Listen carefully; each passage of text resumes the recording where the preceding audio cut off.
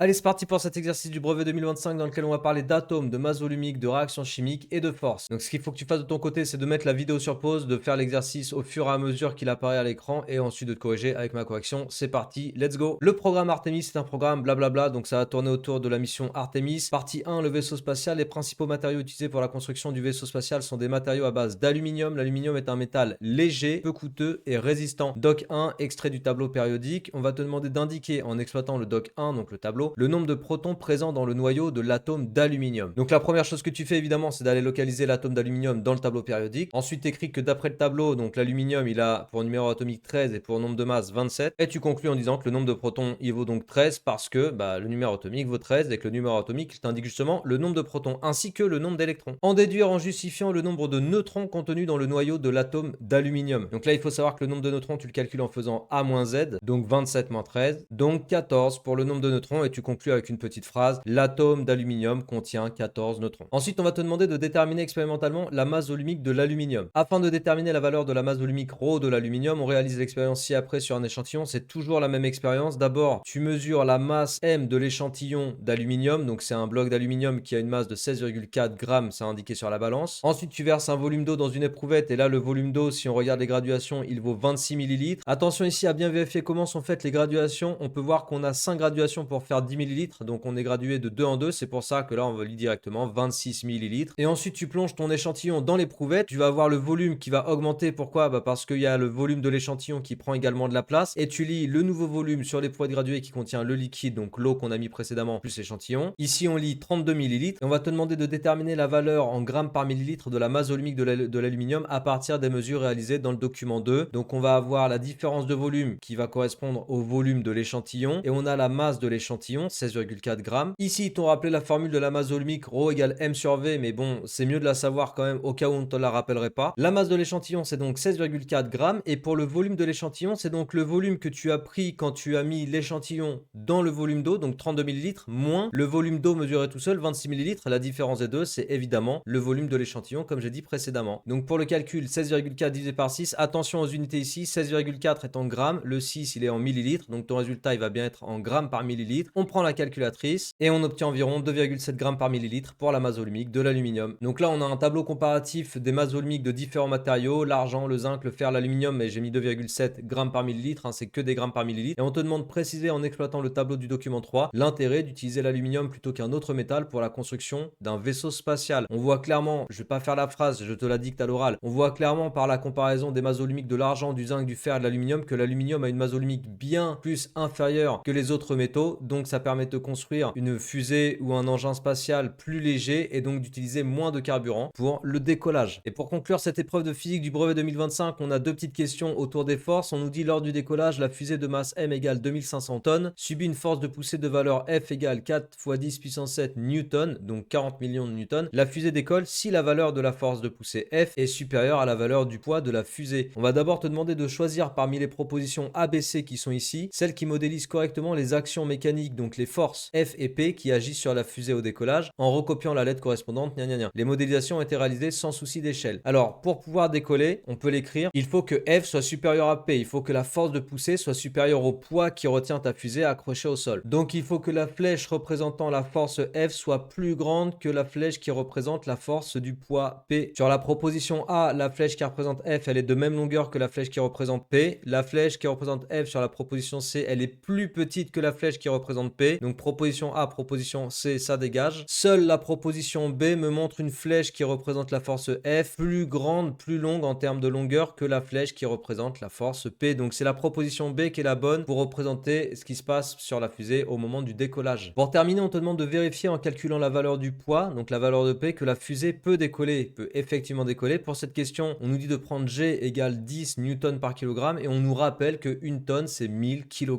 Donc dans l'énoncé, on t'avait dit que la masse de la fusée c'est 2500 tonnes, c'est-à-dire 2,5 fois 10 puissance 3 tonnes. J'ai passé en écriture scientifique pour que ce soit plus facile à manipuler. Et 2,5 fois 10 puissance 3 tonnes, ça nous fait 2,5 fois 10 puissance 3 fois 10 puissance 3 pour passer en kilogrammes. Donc on se retrouve déjà avec la masse convertie en kilogrammes qui vaut 2,5 fois 10 puissance 6 kg. Donc on peut utiliser à partir de là la formule pour calculer le poids. P est égal à M fois G. M en kilogrammes, G en newton par kilogramme. Donc 2,5 fois 10 puissance 6 pour la masse, l'inverse, multiplié par 10 puisqu'on nous a dit de prendre G égale 10 newtons par kilogramme, ce qui nous donne P est égal à 2,5 fois 10 puissance 7 newtons. Il nous avait dit que la force F, elle était de 4 fois 10 puissance 7 newtons, donc 4 fois 10 puissance 7 est bien supérieur à 2,5 fois 10 puissance 7, donc F est bien supérieur à P, donc la fusée peut décoller et c'est ça qu'on te demandait de vérifier pour la question 7. Alors je me rends compte que j'ai oublié la question 5 qui correspond à la question sur la réaction chimique. On nous dit que la mission Artemis sera lancée depuis le centre spatial Kennedy, la propulsion de la fusée sera assurée par des moteurs, blablabla. En fait, c'est la combustion du dihydrogène en présence de dioxygène qui forme de l'eau qui est étudiée ici. Donc le dihydrogène réagit avec le dioxygène pour former de l'eau. Ça, c'est l'équation de la réaction de combustion. Et on te demandait pour la question 5, c'est une question qui porte sur la réaction chimique, la transformation chimique. On te demandait de vérifier que dans cette équation, les atomes d'hydrogène et d'oxygène sont correctement redistribués entre les réactifs et les produits. Donc ici, c'est pas compliqué. Il faut que tu comptes le nombre d'atomes de chaque espèce côté réactif, que tu regardes le nombre d'atomes de chaque espèce côté produit et que tu vérifies que l'égalité entre les nombres d'atomes de chaque espèce est vérifiée entre les réactifs et les produits. En gros, côté réactif, tu as 2 fois 2 hydrogènes puisqu'il y a un 2H2. H2, c'est déjà constitué de 2 hydrogènes et tu as deux